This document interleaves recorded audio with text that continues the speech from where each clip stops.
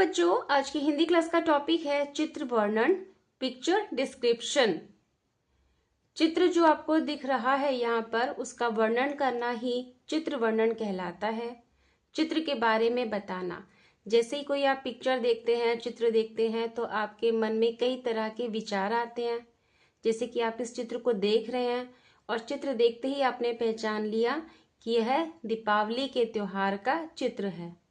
और उसके बारे में जैसे ही आप सोचने लगते हैं तो आपको कौन कौन से वाक्य याद आने लग जाते हैं कि दिवाली के त्योहार पर तो हम लक्ष्मी पूजन करते हैं, पटाखे जलाते हैं, मिठाइयाँ खाते हैं। तो इसी तरह के विचार जो आपके माइंड में आते हैं और आप उनको पेपर पर किसी शीट पर नोट करते हैं, लिखते हैं, उसी को ही कहा जाता है चित्र वर्णन। तो आज मैं आपके लिए एक प्यारा सा चित्र लेकर आई हूँ। तो चलिए अब हम चित्र वर्णन करना सीखते हैं। चित्र वर्णन हमें क्यों सीखना है बेटा? क्योंकि जब परीक्षा आती है तो परीक्षा में एक प्रश्न पूछा जाता है। कौन सा प्रश्न? चित्र वर्णन।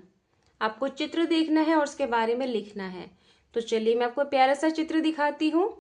बच्चों, यही है प्यारा सा चित्र। इस चित्र को देखते ही आप समझ गए हैं कि आपके जैसे प्यारे प्यारे बच्चे हैं जो किसी पार्क में खेल रहे हैं, मजे कर रहे हैं और बारिश भी आ रही है। तो सबसे पहले चित्र वर्णन में आपको क्या लिखना होता है कि यह कहाँ का चित्र है, किस जगह का चित्र है। उस चित्र के बारे में पहले बताना है कि यह एक पार्क का चित्र है। तो चलिए कुछ लाइनें हम लिखते हैं इस चित्र के बारे में ताकि हम चित्र वर्णन करना सीख सके। अब आपने पहचान लिया कि ये किसी पार्क का चित्र है, तो सबसे पहली लाइन आपको क्या लिखनी है कि यह एक पार्क का चित्र है, यह एक सुंदर बगीचे का चित्र है। पर चित्र वर्णन में कुछ शब्द हमारे पास पहले से ही हैं जिनको लेकर हमें वाक्य बनाने हैं। किसके बारे में? इस चित्र के बारे में। सुबह से ही वर्षा। अब आप देख रहे हैं इस बगीचे में बारिश हो रही है। वर्षा मीन्स बारिश। देखो यहाँ पर इस आदमी ने छतरी ली हुई है, यहाँ पे इस बच्चे ने भी ली हुई है। आप देख रहे हैं बारिश की बूंदें गिर रही हैं। तो आप क्या वाक्य बनाएंगे? सुबह से ही वर्षा, सुबह से ही वर्षा हो रही है। आकाश में काले बादल छाए हैं। देखिए कैसे बादल हैं? काले बादल। कभी कभी बिजली चमक रही है।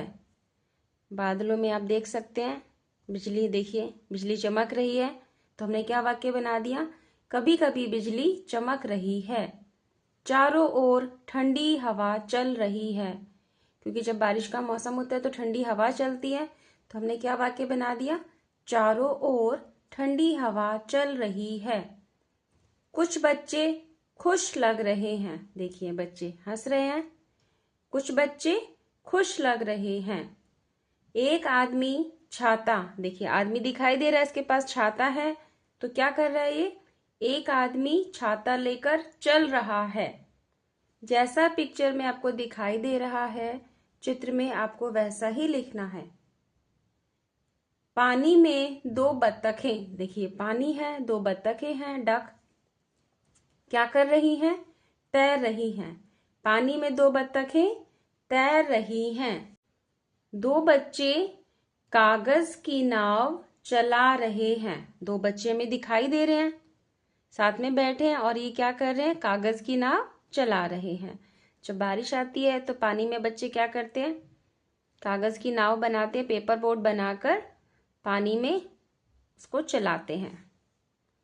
एक कुत्ता बारिश में भीग रहा है। देखिए बारिश हो रही है और एक कुत्ता यहाँ पे बैठा है, बारिश में भीग रहा है। आप लिख सकते हैं कि हरी घास के ऊपर बैठा हुआ है। तो एक कुत्ता बारिश में भीग रहा है।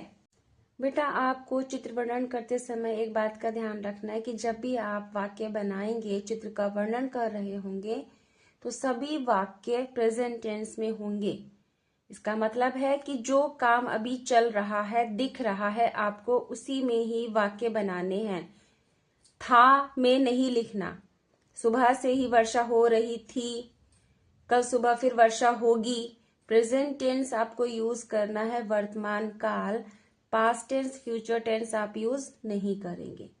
सुबह से ही वर्षा हो रही है, बादल छाए हैं, चमक रही है, हवा चल रही है। तो सारे जो वाक्य बनेंगे वो प्रेजेंट टेंस में बनेंगे, वर्तमान काल में। तो आप चित्र वर्णन की प्रैक्टिस करते रहिए, क्योंकि एग्जाम में जो परीक्षा भी आने वाली है उसमें चित्र वर्णन का क्वेश्चन जरूर पूछा जाएगा।